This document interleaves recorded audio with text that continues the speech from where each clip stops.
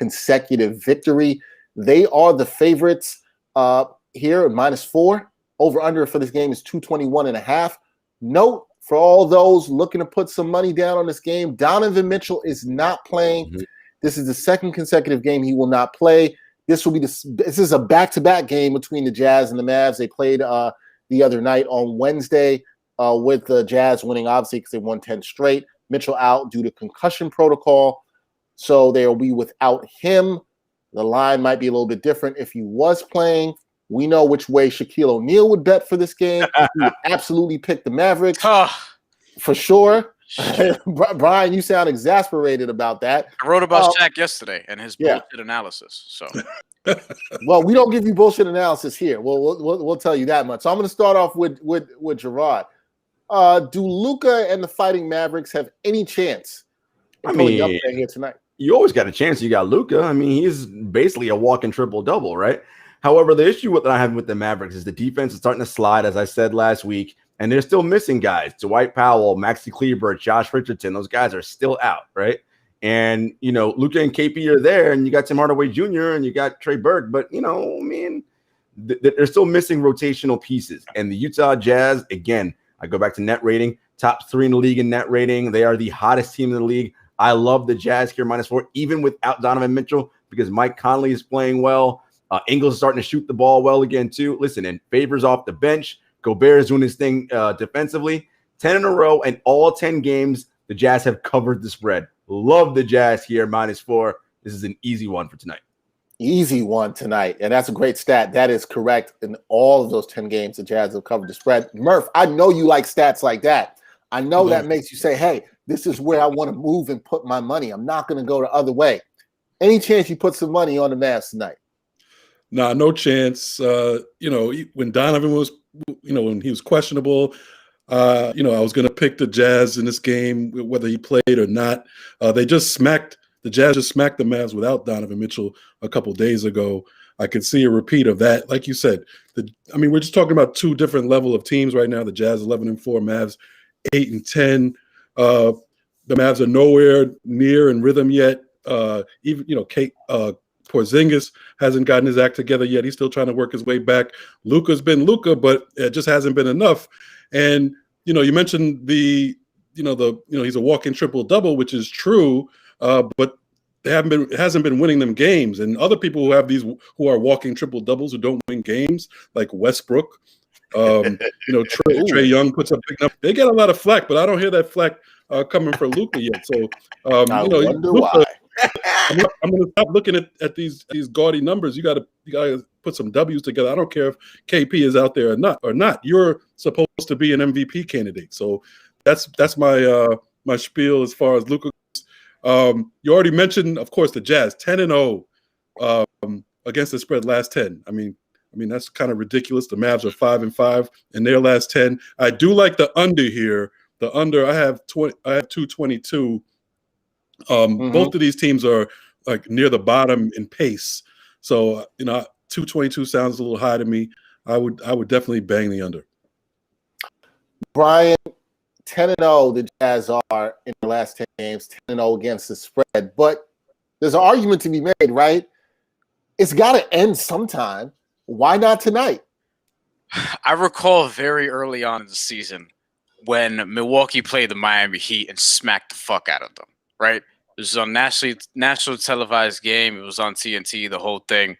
They played each other 2 nights after, and the Heat looked like a completely different team. And I didn't think they had Jimmy Butler either, and they beat Milwaukee. So that's just to say, I know that, and it wasn't that bad, the first game between the Mavs and the Jazz. Mm-hmm. I know that they obviously, lost. But I think Dallas could rebound here. Although they're going to need more than Luka because evidently, to your point, triple-doubles, not cutting it, 44, 17, and 11, which is actually what he did recently or something along those lines, not really cutting it. I will say for the Jazz, even with Donovan Mitchell being out, Jordan Clarkson, who we haven't mentioned yet, he's been really good this season. Really unguardable off the bench. Crazy. Yeah, he's really good. Trying defensively. You know what I mean? I'm not going to go as far as to say he's Mike Conley defensively, but defensively, Mike Conley, he's sort of resurged quietly quietly in general, because Utah's Utah. Like, they've been one of the better teams in the Western Conference. Even without Donovan Mitchell, I think they're going to be fine. But I'm actually going to take the Mavs in this game. Woo! And I think that Tim Hardaway Jr. Has playing well lately. He's just seeing 19, 17, whatever. I think he's in line for a big night. He's really been playing well lately. After sort of an on again, off again start, and is shooting about 40% from three this year, which it's Tim Hardaway Jr. You think of him as a shooter, but him as a 40% 3-point shooter. So look at Dexter's face. Yeah, when it's Tim Hardaway Jr., I don't know when the other shoe is going to drop. And tonight he starts feeling himself and he takes 30 shots and hits like 2 of them. Can anybody see that happening? Because I can. And the last note about it is, like, Dallas has Josh Richardson back, which that's is Richardson back tonight? I didn't see that. I didn't see him come up. Is he back? I didn't see that. No, he's returned. He's come back. He's not playing again tonight. I don't think he played the last game. Let me see. Hold on. Let me check that. I'm not sure. But listen. Honestly, Josh Richardson ain't going to swing the game anyway. Yeah, but I'm not necessarily sure Tim Hardaway's swinging the game like that either. That's kind of my point, right? Like, if you talk, Brian, you made the point that you don't, and I don't know if Murphy had made this point too, you weren't sure if the Mavericks had enough here. And we're talking about relying on Tim Hardaway Jr. That's not a good thing. Josh Richardson played 24 minutes the last game. Okay, so he played in the last game. He didn't play well, but All right. So we're relying on Josh Richardson and Tim Hardaway Jr., and you feel good enough to bet this. Okay. You're the Luka Doncic fan here. But I'm a realist. He has no help. It's just, he got Porzingis is a future All-Star. I think he's one of them. I mean, future All-Star team. I think he's one of the most overrated players in the league. You like him a lot, like that's. If Larry Bird was on that team, they'd be getting W's right now. Okay, he's no Larry Bird. I see what you're doing there with the comparison. I see what Murphy's doing there. I see what you're doing there.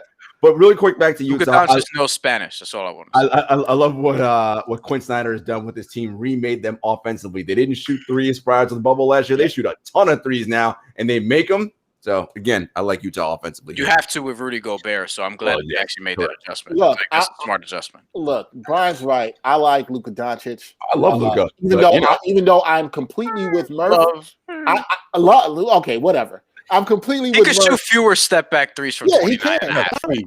I'm with Murph completely on the fact that he's got to rise to the occasion. You're an MVP candidate. You got to start winning. You got to start getting it done.